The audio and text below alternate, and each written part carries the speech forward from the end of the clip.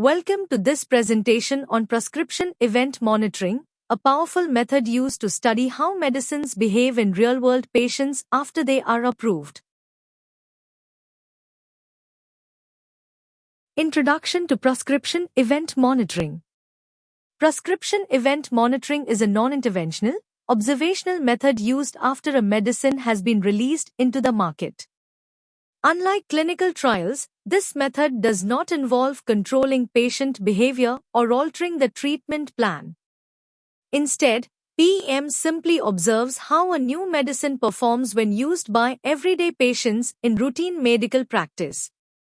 The purpose is to identify any potential risks, unexpected side effects, or patterns of adverse events that might appear once the drug is widely prescribed. This real-world monitoring helps us understand the true safety profile of a medication. Why was PEM developed? Before a medicine is approved, it goes through clinical trials. These trials provide essential safety and efficacy information, but they cannot capture everything. There are several reasons for this. 1. Small sample sizes. Trials usually involve a limited number of participants, which means rare adverse effects may not appear until millions of people use the drug.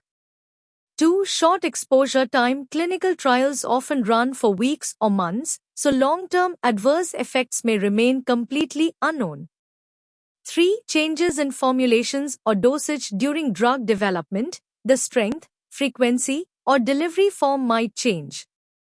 The version used in trials may differ from the version prescribed later. 4. Special populations are excluded. Children, pregnant women, elderly patients, people with other diseases, and those on multiple medications are often left out of trials.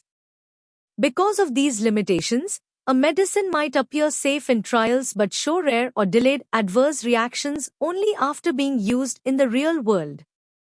This gap in safety knowledge led to the development of prescription event monitoring. Need for PEM. It helps to monitor the newly marketed drug on a large scale. It identifies the unexpected clinical events early. It helps to ensure continuous assessment of drug safety.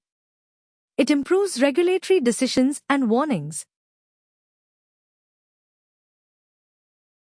Role of spontaneous reporting in the evolution of PEM. Spontaneous reporting systems alone were not enough. Many adverse events went unreported, and voluntary reports often lacked complete information. There was also no way to know how many people had used the drug, making it difficult to calculate true risks. This led to the need for a more structured method like PEM. How spontaneous reports triggered PEM. Several unexpected reactions, such as rare mucocutaneous reactions, were first discovered through spontaneous reports. These events convinced authorities that a more organized, active form of monitoring was necessary. PEM was created to capture more accurate, comprehensive, and timely data. Global adoption.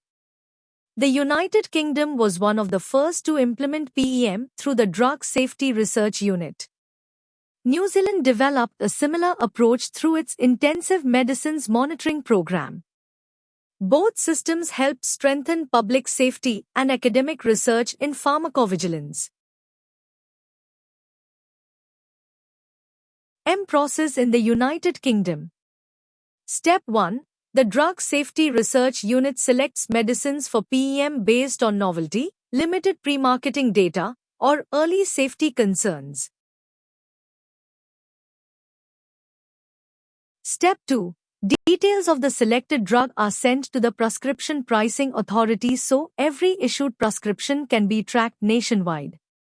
Step 3. Pharmacies forward prescription records to the PPA, which then supplies electronic copies to the DSRU, including patient age, prescriber, and date of issue.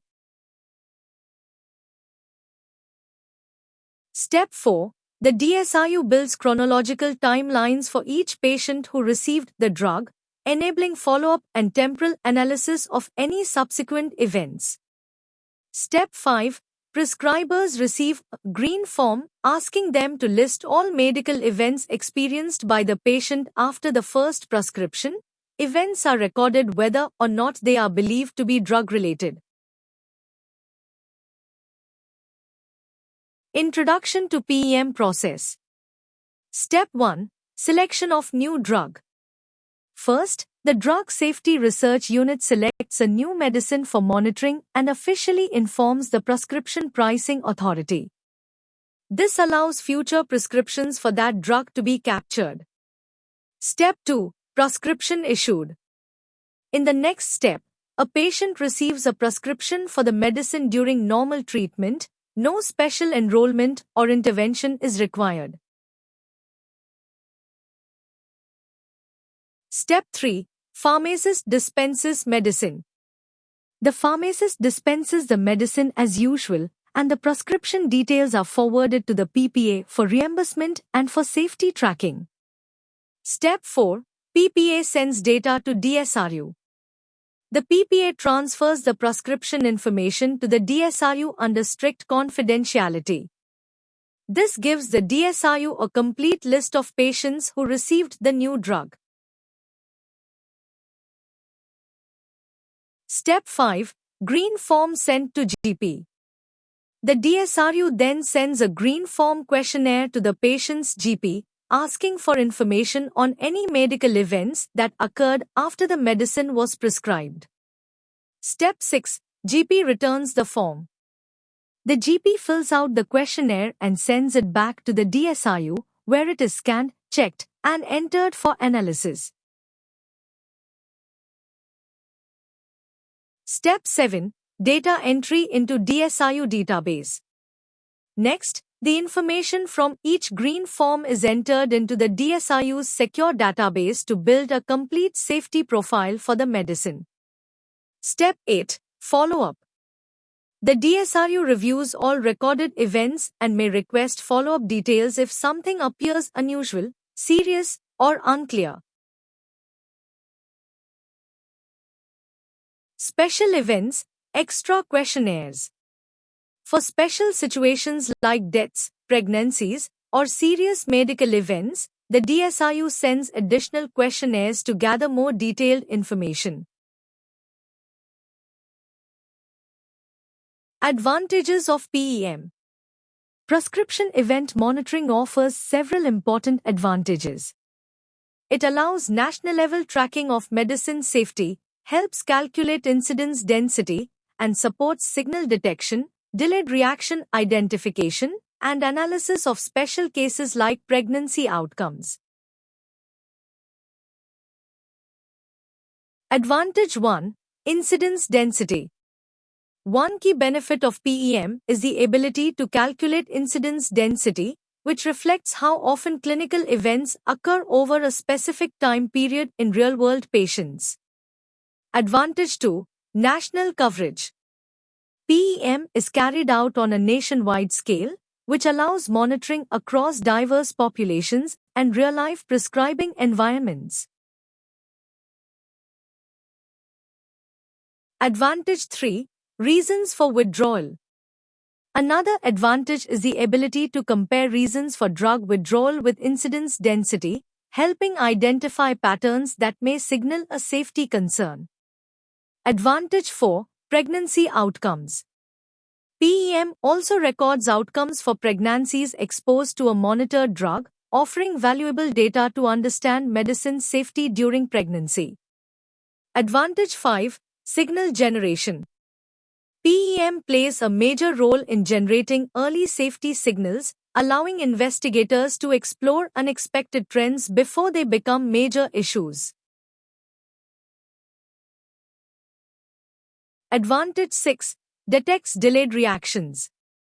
Because PEM follows patients over time, it is highly useful for detecting delayed or late-onset adverse reactions. Advantage 7. Disease investigation. PEM can also be used in disease investigation, helping identify patterns between drug exposure and emerging clinical conditions. Disadvantages of PEM. Despite its strengths, PEM has several limitations, including difficulty measuring compliance, inability to capture non-prescription drug use, and challenges related to green form returns and hospital-based monitoring. Disadvantage 1. No compliance measurement.